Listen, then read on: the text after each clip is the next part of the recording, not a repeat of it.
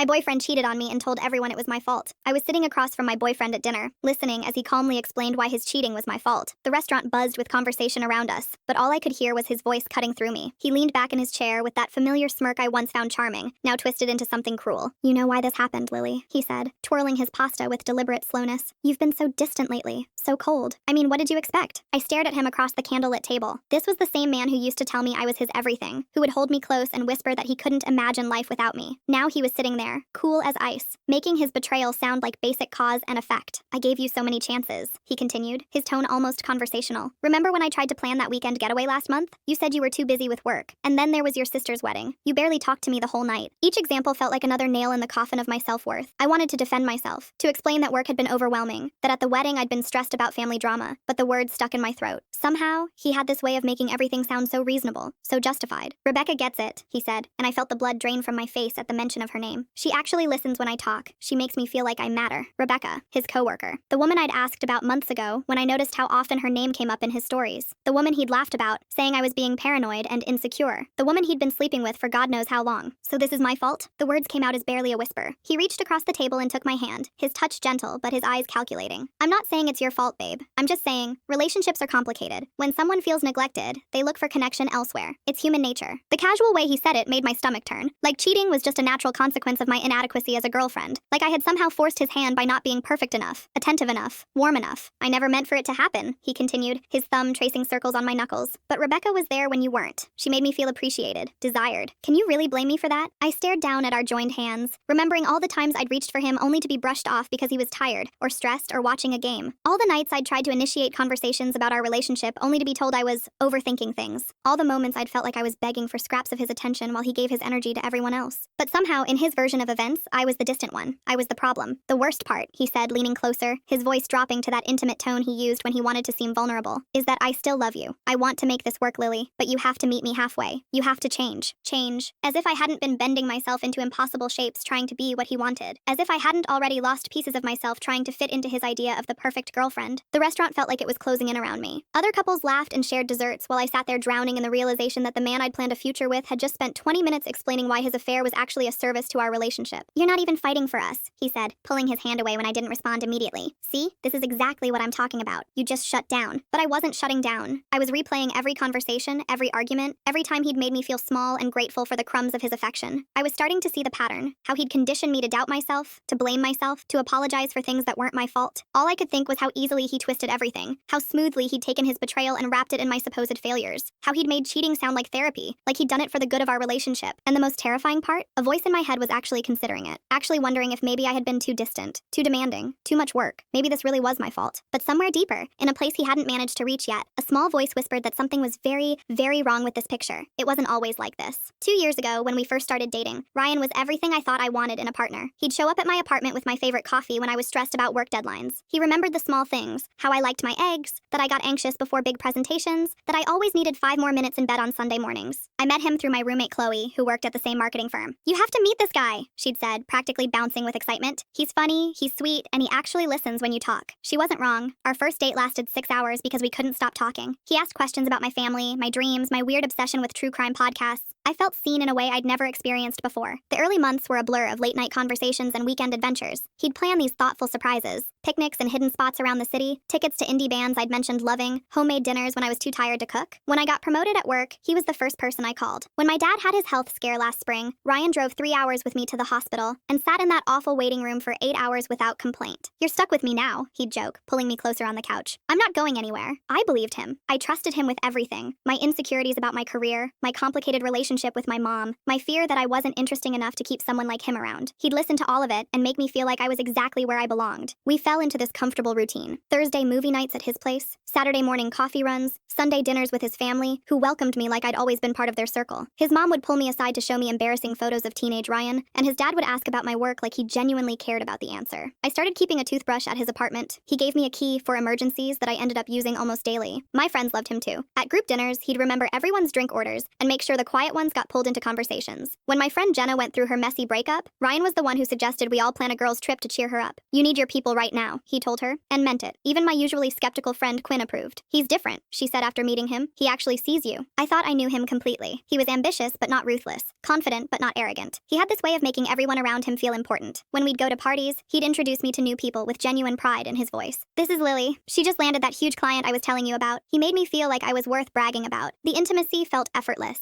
We'd spend entire weekends in bed talking about everything and nothing. He'd trace patterns on my back while I told him about my childhood. I'd play with his hair while he shared his anxieties about his career. We created this little bubble where vulnerability wasn't scary. It was safe. When we started talking about moving in together, it felt like the natural next step. We'd browse apartment listings on lazy Sunday afternoons, debating neighborhood pros and cons. He wanted something with good natural light for me because he knew I worked better near windows. I cared about having space for his guitar collection. We were building something together, planning a future that felt solid and real. Looking back now, I can see there were moments that should have been red flags. The way he'd sometimes go quiet when I achieved something at work, like he was processing something he couldn't quite say. How he'd get frustrated when I couldn't drop everything to hang out, even when I'd explained I had deadline pressure. The subtle comments about my friends that made me question whether they were as supportive as I thought. But at the time, those moments felt minor compared to all the good. He was still the person who remembered my coffee order, who made me laugh until I forgot why I was stressed, who held me when I cried about work drama. The foundation felt unshakable. I thought we were partners in the truest sense. Two people who had chosen each other and would keep choosing each other through whatever came next. It started about 6 months ago, right after I got promoted to senior account manager. I was excited to share the news with Ryan, expecting him to be thrilled for me the way he always had been. Instead, when I called him from the office parking lot, he went quiet for a long moment. "That's great, babe," he finally said, but his tone was flat. "More late nights and weekend work, I guess." "It won't be that bad," I assured him, though honestly I wasn't sure. "And the money will help us save for that apartment we looked at." "Right," he said. "Well, congrats. I'll see you later." That night, when I tried to celebrate with takeout from our favorite Thai place, he seemed distant. When I asked if something was wrong, he shrugged and said he was tired. I chalked it up to him having a rough day at his own job. But then it kept happening. Small comments that felt like tiny paper cuts. When I had to work late on the Johnson account, he'd sigh and say, "Guess work is more important than us again." When I couldn't make it to his coworker's birthday party because of a client emergency, he told everyone I was married to my job now. The worst part was how he'd frame these complaints. He never outright said I was neglecting him. He was too smart for that. Instead, he'd get this wounded look and say things like, "I just miss spending time with you," or "I feel like I'm competing with your career for your attention." How was I supposed to argue with that? He made it sound like my success was hurting him, and suddenly I found myself apologizing for things I should have been proud of. The comments about other women started around the same time, but so subtly that I didn't recognize them as red flags. We'd be watching a movie and he'd mention how refreshing it was that the female lead wasn't obsessed with climbing the corporate ladder. Or he'd bring up Rebecca from his office,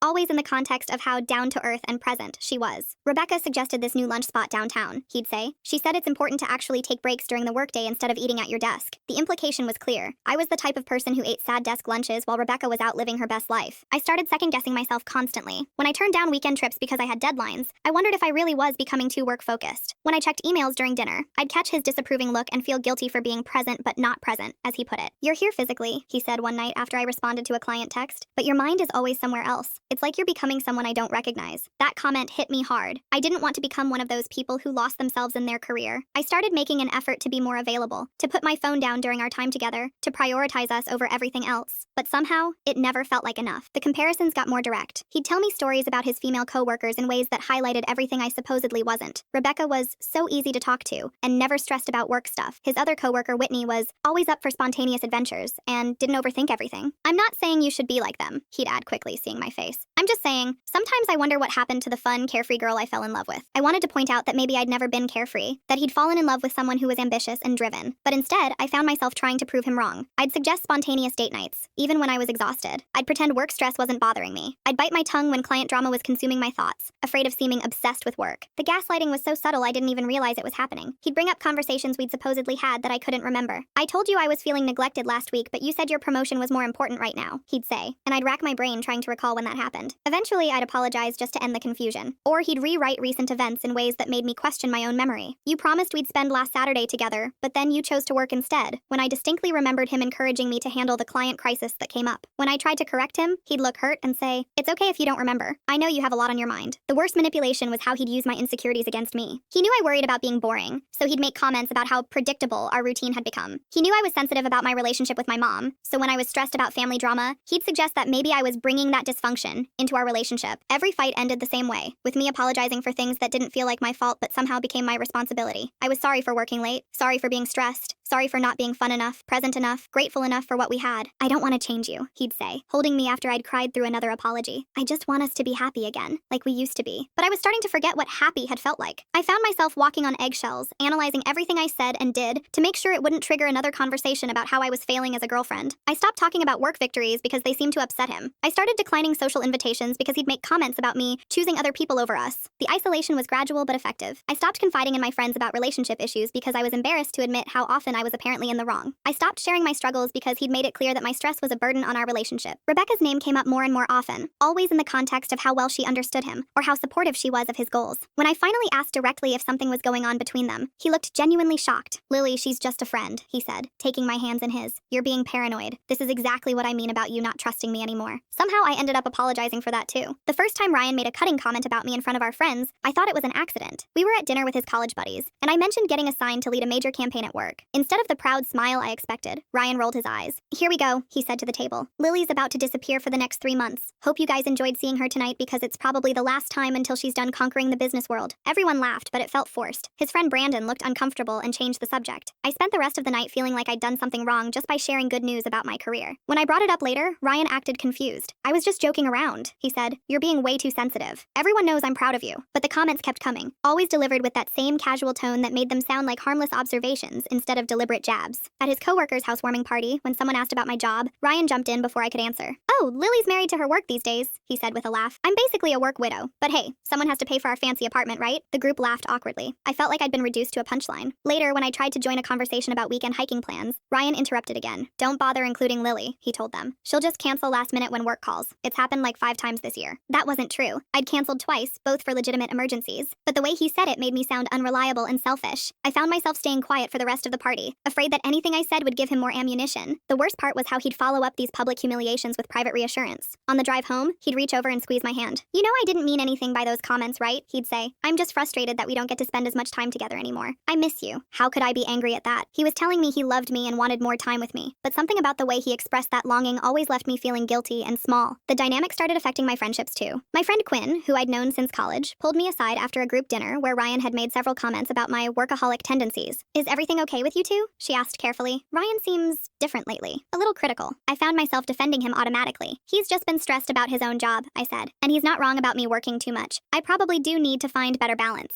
Quinn frowned. Lily, you've always been ambitious. That's not a character flaw. Ryan used to brag about your drive all the time, but I was already second-guessing myself. Maybe Ryan's friends were starting to see what he'd been seeing all along, that I'd become someone difficult to be around. Maybe his comments weren't mean-spirited. Maybe they were just honest observations that my friends were too polite to make. Ryan seemed to sense my growing insecurity and used it to his advantage. At his family's monthly dinner, his mom asked about my promotion, and I started to explain the new responsibilities. Ryan interrupted with a theatrical sigh. Mom, trust me, you don't want to get her started on work talk, he said. She'll go on for an hour about client strategies and campaign metrics. It's like dating a business textbook sometimes. His parents laughed politely, but I could see his mom's confusion. She'd always been interested in my career before. Now I felt like I was being portrayed as some boring workaholic who couldn't talk about anything else. After dinner, his mom pulled me aside while we were cleaning up. Honey, are you doing okay? She asked gently. You seem a little tired lately. I realized that Ryan's narrative about me wasn't just affecting our friends, it was poisoning his family's perception of me too. People who had once seen me as driven and passionate now seemed to view me as someone who had lost balance and perspective. The gaslighting became more sophisticated. Ryan would tell stories about conversations we'd supposedly had where I'd said things I knew I'd never said. At a barbecue, he told his friends about how I'd admitted that my job was more important than our relationship. When did I say that? I asked, genuinely confused. Last week, during that fight about me wanting to plan a weekend getaway, he replied smoothly. You said your clients needed you more than I did. I remembered that conversation, but it hadn't gone like that at all. I'd explained that I couldn't leave town during a crucial campaign launch, and he'd escalated it into a fight about priorities. But the way he retold it made me sound cold and selfish. When I tried to correct him, he looked hurt. This is exactly what I'm talking about, he said to the group. She rewrites history to make herself look better. It's impossible to have an honest conversation anymore. Now, I was the one who looked unreliable. The friends who witnessed this exchange started treating me differently, like they weren't sure what to believe about me anymore. Ryan's campaign was working. People started making subtle comments about how intense I'd become, how I seemed stressed all the time, how I never wanted to just relax and have fun anymore. These observations felt devastating because they contained tiny grains of truth. I was stressed, I was working hard, I did sometimes feel too tired for social events. But Ryan's version stripped away all context. He never mentioned that my stress came from him constantly criticizing my career success. yes. He never explained that I was tired because I was trying to excel at work, while also managing his emotional needs and his growing list of complaints about my behavior. Instead, he painted a picture of himself as the patient, supportive boyfriend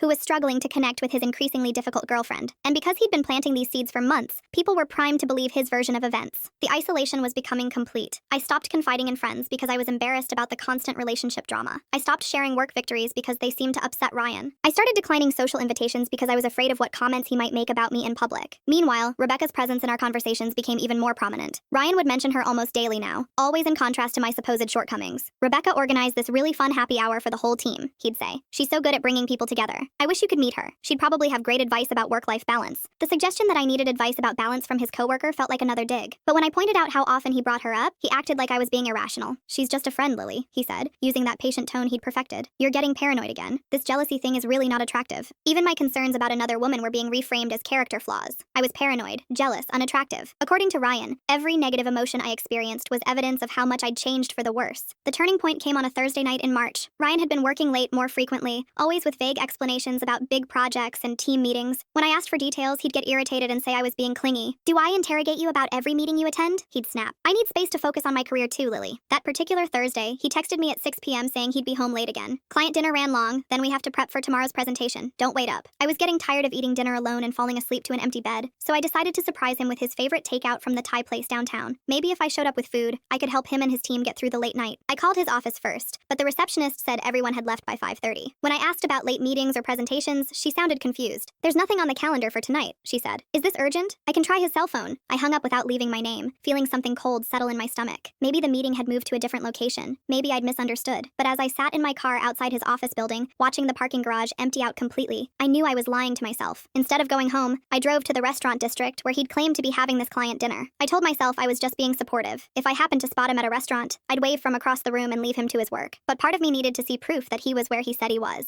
I found his car parked outside Morrison's pub, not exactly the kind of place you'd take clients for a business dinner. Through the window, I could see him sitting at a corner table, but he wasn't with colleagues or clients. He was with Rebecca, and they were sitting close together, sharing appetizers and laughing like they were on a date. My first instinct was to storm inside and confront them, but something held me back. Maybe there was an innocent explanation. Maybe this was just two coworkers grabbing dinner after their team finished the presentation prep. Maybe I was exactly the paranoid, jealous girlfriend Ryan had been describing to everyone. So I waited in my car, watching them through the window. They stayed for 2 hours. I watched Ryan reach across the table to touch Rebecca's hand. I watched her lean in close to whisper something that made him laugh. I watched him pay the check while she freshened her lipstick in a compact mirror. When they finally left the restaurant, I expected them to head to their separate cars. Instead, Ryan put his arm around Rebecca's waist and guided her toward his car. They sat in the front seat for another 20 minutes before he drove them to a hotel 3 blocks away. I followed at a distance, parked across the street, and watched them disappear into the lobby together. They didn't come back out. The next morning, Ryan came home at 6 a.m. with coffee and croissants, acting like he'd pulled an all-nighter at the office. The presentation went great, he said, kissing my forehead. Sorry I couldn't call. We were in the conference room until almost 3 a.m., and then I crashed on Brandon's couch. I stared at him, amazed by how effortlessly he lied. How's Brandon doing? I asked. Oh, you know, same old Brandon, Ryan said without missing a beat. He's been stressed about that promotion he's going for. Brandon had gotten his promotion 6 months ago. Ryan was improvising details about a night that hadn't happened, and he was doing it so smoothly I might have believed him if I hadn't seen the truth with my own eyes. But even with what I'd witnessed, I found myself questioning my own interpretation. Maybe they'd gone to the hotel for a work event. Maybe Rebecca had too much to drink and Ryan was just being responsible. Maybe the touching and whispering had looked more intimate than it actually was. I decided I needed more evidence before I could confront him, so I started paying attention to the small details I'd been ignoring. The late nights became a pattern. Always on Thursdays, always with the same vague explanations about client work or team meetings. Ryan would come home the next morning with elaborate stories about conference rooms and all-nighters, but when I'd casually ask about specific colleagues he claimed to have worked with, his answers were inconsistent. One Friday, he mentioned staying late with the whole creative team to finish a campaign, but when I ran into his coworker Josh at the grocery store the next day, he mentioned how quiet the office had been Thursday night. Must be nice to have a light week, Josh said. I was actually surprised when I saw Ryan's car in the parking garage Friday morning. I thought he'd called in sick. The pieces weren't adding up, but Ryan was so confident in his lies that he never seemed worried about getting caught. He'd volunteer elaborate details about his fake late nights, describing conversations with people who hadn't been there and meetings that hadn't happened. The phone habits changed too. He'd always been casual about leaving his phone around the apartment, but now it was constantly face down on the table or tucked into his pocket. When it buzzed during dinner, he'd glance at it with a secretive smile, before silencing it without checking the message. Who was that? I asked once. Just work stuff, he'd say. I'll deal with it later. But I'd catch him texting furiously when he thought I wasn't looking, always angling the screen away from me. The most damning evidence came from an unexpected source. My friend Chloe, who'd introduced us and still worked at Ryan's company, mentioned seeing him and Rebecca together outside the office. They seem to be spending a lot of time together lately, she said carefully. I saw them at that new coffee shop on 5th Street yesterday afternoon, and last week they left the office together around lunchtime. When I asked Ryan about having coffee with Rebecca, he acted like I was keeping tabs on him. She wanted advice about dealing with a difficult client, he said. Why are you having your friends spy on me? This jealousy thing is getting out of hand, Lily. But Chloe had mentioned seeing them multiple times, and Ryan's defensive reaction told me everything I needed to know. He wasn't just lying about Thursday nights. He was seeing Rebecca regularly, and had gotten comfortable enough to be seen with her in public. The final piece of evidence came from his own mouth. We were at his friend Kevin's birthday party, and Ryan had been drinking more than usual. I was in the kitchen getting drinks when I heard him talking loudly to a group of guys on the patio. The key is confidence, he was saying. Women want to believe you, so if you sell it right, they'll convince themselves that whatever story you're telling is true. I moved closer to the window, pretending to organize bottles in the recycling bin. Lily's so focused on work that she barely notices when I'm gone anyway, Ryan continued. I could probably disappear for a whole weekend and she'd just assume I was at the office. It's honestly too easy. One of the guys laughed uncomfortably. Dude, that's kinda harsh. I'm not being harsh, Ryan said. I'm being practical. She's convinced herself that she's the problem in our relationship, so now I can pretty much do whatever I want. She ends up apologizing to me even when she's mad. It's actually genius. Someone else in the group shifted awkwardly. Are you talking about cheating on her? Ryan's voice dropped, but I could still hear him clearly. I'm talking about having options. Rebecca gets what I need from a relationship. She's present, she's fun, she doesn't make everything about her career. Lily's turned into this workaholic robot who thinks a relationship can survive on autopilot. So why don't you just break up with Lily? Another voice asked. Because then I'd have to deal with the whole breakup drama, moving out, splitting up friend groups, Ryan said. This way, I get the stability of a long-term relationship, plus the excitement of something new. And honestly, Lily's so insecure now that she's not going to question anything I tell her. I felt like the air had been sucked out of my lungs. This wasn't just cheating. This was a calculated campaign to manipulate me while he carried on with someone else. He wasn't conflicted or guilty about the affair. He was proud of how effectively he'd managed to deceive me. The conversation continued, but I'd heard enough. Ryan was bragging to his friends about how easy it was to lie to me, how successfully he'd convinced me that our relationship problems were my fault, how he'd created a situation where he could have both relationships without consequences. I slipped back into the house and found a quiet bathroom where I could process what I'd just learned. All the gaslighting, all the public humiliation, all the comments about how I'd changed. It had all been a deliberate strategy to make me compliant while he pursued Rebecca. For months, I'd been questioning my own reality, wondering if I really was too distant, too focused on work, too difficult to love. But Ryan's own words had just confirmed that none of that was true. I wasn't the problem. I was the target of a sophisticated manipulation designed to keep me off balance while he got away with betraying me. The relief was almost as overwhelming as the anger. I wasn't crazy, I wasn't paranoid. My instincts had been right all along, and now I had the proof I needed to stop second-guessing myself. Ryan's family had invited us to their annual barbecue the following Saturday. Usually, I dreaded these gatherings because Ryan had turned them into performance spaces where he could demonstrate how difficult I'd become. But this time, I was looking forward to it. I spent the week preparing exactly what I wanted to say. No accusations he could twist, no emotions he could use against me. Just facts, delivered calmly in front of the people who mattered to him most. We arrived at his parents' house around noon. His mom hugged me warmly and asked how work was going. His dad offered me a beer and mentioned that he'd been following the campaign I'd been leading for my biggest client. For a moment, I remembered what it felt like to be welcomed by people who genuinely cared about me. Ryan immediately launched into his usual routine. When his cousin asked about our recent vacation plans, he sighed dramatically. We haven't been able to plan anything, he said. Lily's been working crazy hours lately. I keep suggesting we take some time together, but work always comes first, you know? His cousin looked at me sympathetically. That must be tough, trying to balance everything. I smiled. Actually, that's interesting that Ryan mentions our vacation planning, I said casually, because I've been free every Thursday evening for the past 2 months, which is when Ryan's been working late. I keep suggesting we use that time to plan trips, but he's always at the office. Ryan's expression flickered for just a moment. Well, you know how demanding my job's been lately, he said smoothly. I do know, I agreed, which is why I called your office last Thursday to see if I could bring dinner for you and the team during your late meeting, but the receptionist said everyone had left by 5:30. She seemed confused when I asked about evening presentations. The conversation around us grew quieter. Ryan's parents exchanged glances. There must have been some miscommunication, Ryan said, his voice staying level. We had an off-site meeting. At Morrison's pub? I asked. Because that's where I saw your car when I went looking for you. Ryan's jaw tightened almost imperceptibly. I don't appreciate being followed, Lily. This paranoid behavior is exactly what I've been talking about. His mom looked uncomfortable. Maybe we should... No, it's okay, I said gently. I think everyone should hear this. Ryan, you told me you were working late with Brandon that night, but Brandon got his promotion 6 months ago. Not last week like you mentioned. And when I ran into Josh at the store, he said the office was empty Thursday night. You're being ridiculous, Ryan said, but his confident tone was starting to crack. Why are you doing this here in front of my family? Because this is where you've been telling everyone how unreasonable I've become, I replied. This is where you've been explaining to people that I'm too focused on work, too distant, too difficult to be in a relationship with. I thought they deserved to know the truth. His dad set down his beer. What truth? I looked directly at Ryan. That you've been seeing Rebecca from your office. That you've been lying about working late so you can go to dinner with her and spend the night at hotels. And that you've been blaming me for problems in our relationship to justify cheating. Ryan stood up abruptly. This is insane. You're having some kind of breakdown, Lily. I've been trying to help you, but you're becoming delusional. I heard you talking at Kevin's party, I said calmly. You were on the patio telling your friends how easy it was to manipulate me. You said I was so focused on work that I barely noticed when you were gone. You bragged about how I'd convinced myself that I was the problem so you could do whatever you wanted. The silence was deafening. Ryan's cousin looked horrified. His parents stared at him with confusion and disappointment. You said Rebecca gets what you need from a relationship relationship because she's present and fun, I continued. You told them you didn't want to break up with me because then you'd have to deal with breakup drama and moving out. You said this way, you get the stability of a long-term relationship plus the excitement of something new. Ryan's face was pale now. I was drunk. I was just talking nonsense with the guys. You're twisting everything. I'm quoting you directly, I said. You told them I was so insecure now that I wouldn't question anything you told me. You called it genius. His mom put her hand to her mouth. His dad looked like he'd been slapped. Kevin was there, I added. Brandon was there. They heard the same conversation I did. You can ask them. Ryan looked around the patio desperately, as if searching for an escape route. The confident, charming persona he'd perfected was crumbling in real time. Even if some of that is true, he said, his voice getting desperate, it's because you pushed me away. You became this cold, career-obsessed person who had no time for us. What was I supposed to do? You were supposed to talk to me, I said. You were supposed to tell me if you were unhappy instead of cheating and then gaslighting me into thinking it was my fault. His sister, who had been quiet until now, spoke up. Ryan, is this true? Have you been lying to all of us about Lily? Ryan ran his hands through his hair. It's complicated. You don't understand the pressure I've been under. Lily's not the same person she used to be. She's become impossible to please. So you thought the solution was to cheat on her and then convince everyone she was the problem? His dad asked, his voice cold. I didn't mean for it to happen, Ryan said, falling back on the same script he'd used with me. Rebecca was just there when Lily wasn't. She listened to me. She made me feel appreciated. I was lonely in my own relationship. Then you should have ended the relationship, his mom said quietly. Not lie to everyone and make that poor girl think she was losing her mind. I watched Ryan's support system collapse in real time. These were the people who had believed his version of events, who had treated me with sympathy, because they thought I was the difficult girlfriend who didn't appreciate their wonderful son and brother. Now they were seeing him for what he really was.